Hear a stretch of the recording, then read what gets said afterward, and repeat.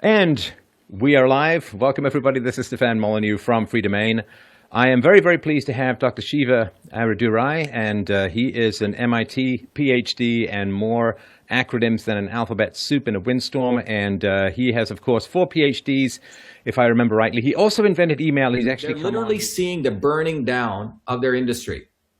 So pharma companies are now moving to a different area, vaccines and what are called cell therapies. These do not need to go through the same regulatory framework. In fact, they're treated as another class called biologics. Process. Starting in 1962, John Kennedy signed the National Vaccine Act.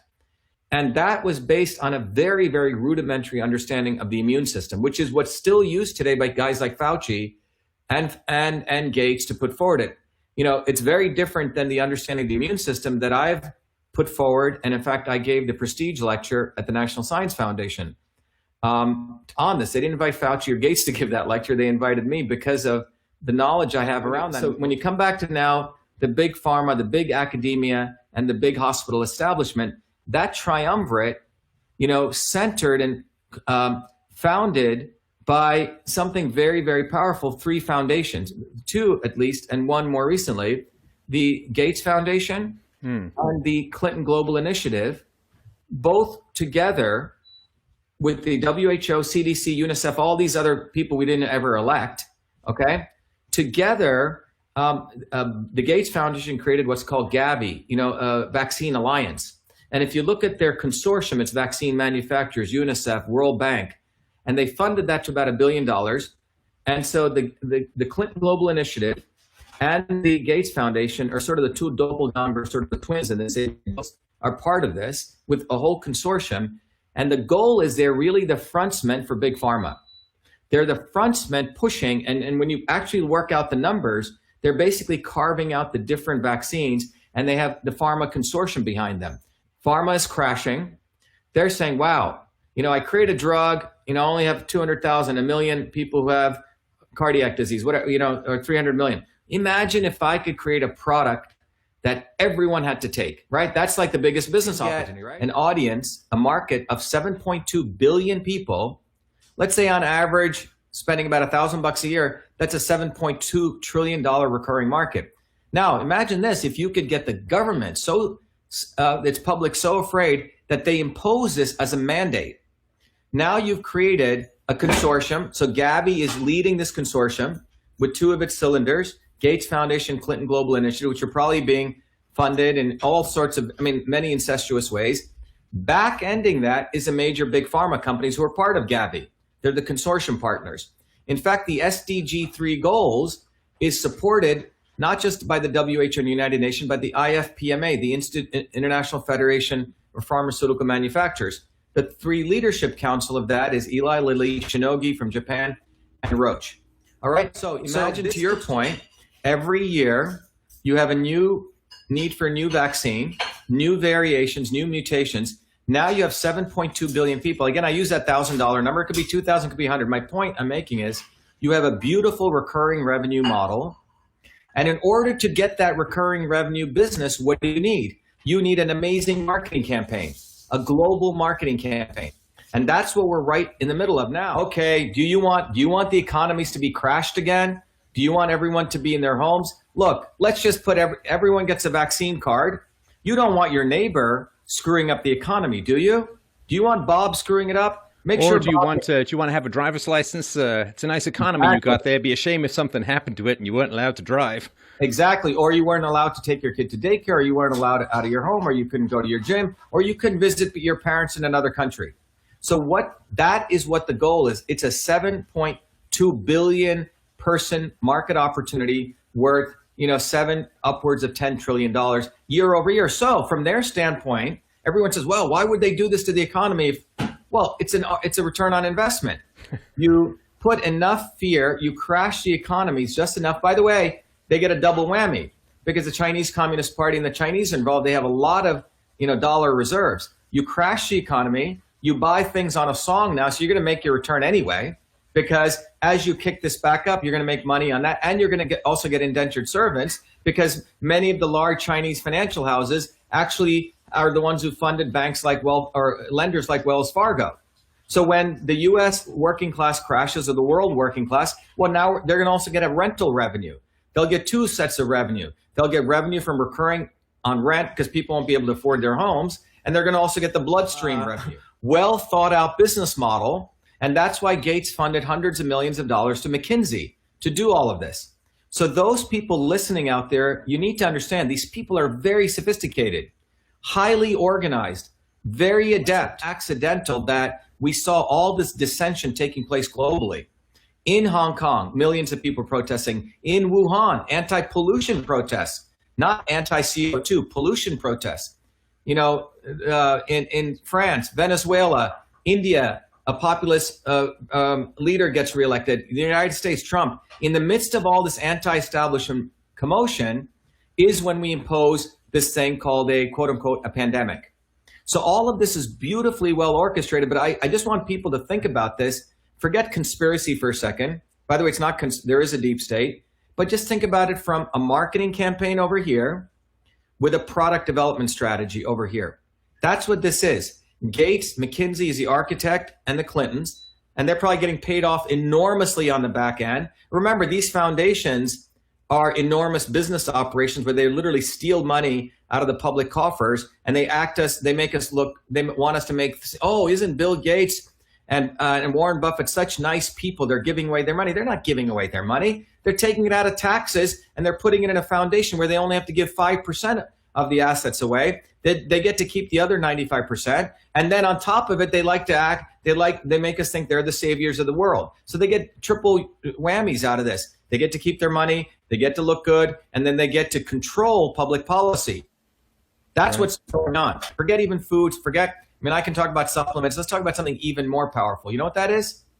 Social interaction. Social isolation would lead to detriment worse than high blood pressure, worse than obesity, and worse than even smoking. You might as well start smoking. The work of Stephen Cold with humans and macaque monkeys, socially isolating them. At the gene expression level, it's shown that your body will upregulate genes which are inflammatory, and it'll downregulate, which means suppress genes which cause antiviral activity. So think about that. So social isolation leads to viral infection and cancer and a number of other diseases. And I'm sorry by that. We have to fight for freedom. You talked about censorship.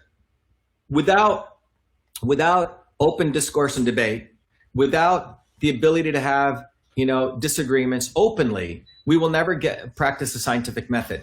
We will get into scientific consensus. That's sort of fascism, right? That leads to fiction, not truth.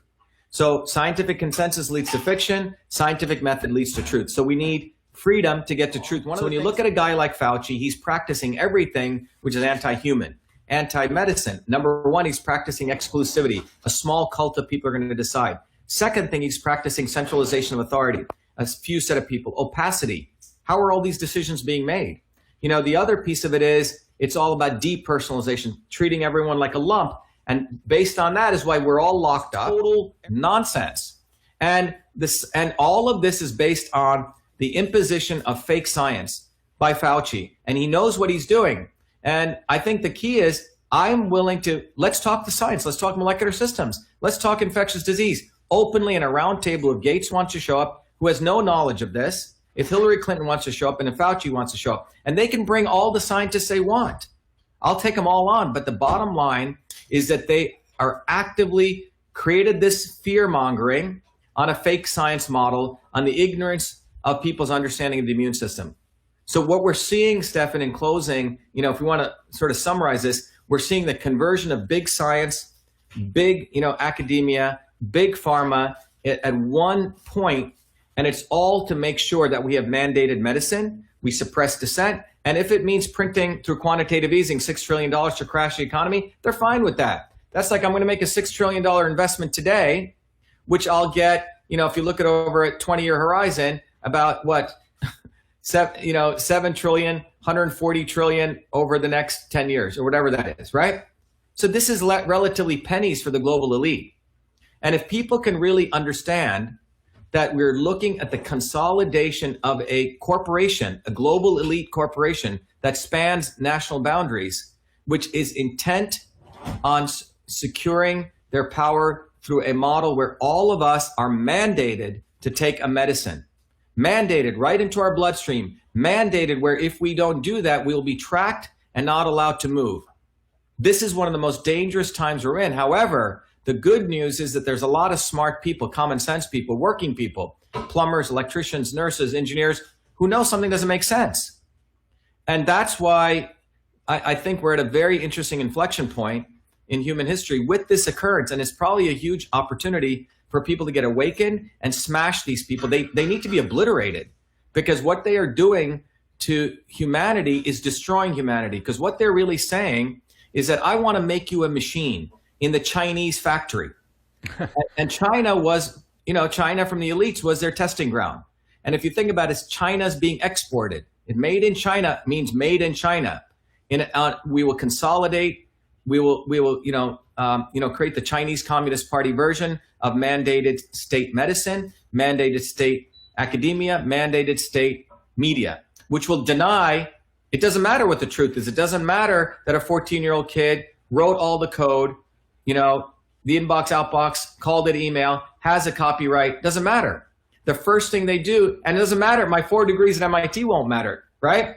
Because when you go against them, they will attempt to attack you. And the only way out of this is to go viciously after them. That's the only way to win, Stefan. Uncompromisingly go after them. And that's the way we're going to win. And we also have to recognize that the establishment is always not the enemy. It's the not so obvious establishment. Those people that they put, like the Bernie Sanders. So all you Bernie Sanders people listening out there, he sold out to Hillary Clinton. And all you people who think Bobby Kennedy is going to fight for your medical freedom, he endorsed Hillary Clinton. He attacks Gates. So people say, oh, Bobby attacks Gates. Well, you know what? He endorsed Hillary Clinton 3 times. There's nothing more to talk about, period. So the way we're going to win is to wake up and realize this movement's going to come bottoms up from working people like me and you and others, Stefan, who speak the truth, and it's going to be bottoms up. It's not going to be top down. Hollywood celebrities, we don't need you. The Kennedys, we don't need you. And it's going to be bottoms up. And when people get this, we're going to have a revolution like that. I'm telling you, if you look at history, and it won't have to even be violent. It'll be an awakening that says, wait a minute, this is my body. I'm going to decide what goes into my body. No one owns it. And you know what? The sun is an amazing vehicle. It produces vitamin D. It produces cathelicidins. And you know what? Fresh vegetables without pesticides are what I need. Clean air, clean water, clean food. And if you look at the history of infectious diseases, if we really want to talk about infectious diseases, you know how they've been solved? Not through vaccines or medical interventions, through infrastructure, vitamin A, nutrition, sanitation, refrigeration, elimination of child labor. Understand that infectious diseases, a plumber and the sanitation worker did more for infectious diseases than any pharmacist or doctor. That's what actually happened. Now, if they truly care about infectious diseases, let's start by talking about how much pollution that's in the atmosphere and how much the Paris Accords allows China to pollute. Let's talk about clean water, clean air. We allow companies like Monsanto, which now is a part of Bayer, who have polluted, destroyed the topsoil of this country, have enslaved many, many farmers. But they don't want to talk about that. They don't want to talk about that, 800, 700,000 people die of heart disease and so on. They don't want to talk about the 1.9 million hospitalizations that occur every year from pharmaceutical drug adverse reaction. What I see is a shutdown to destroy the American worker, to seize people's assets and properties, and to basically destroy this economy on behalf of Bill Gates, Hillary Clinton, deep state, the WHO, the Chinese Communist Party, to basically seize power of not only the American worker, but the everyday people. So we become a factory. We become automatons in a large factory, which is what China has done, and we lose our humanity. That's what this is about, Stefan. This is about freedom or slavery.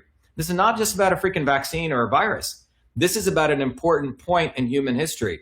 And this has occurred over and over again, as we discussed. But I think we have an enormous opportunity, actually, to rise up and to reclaim our destiny as human beings.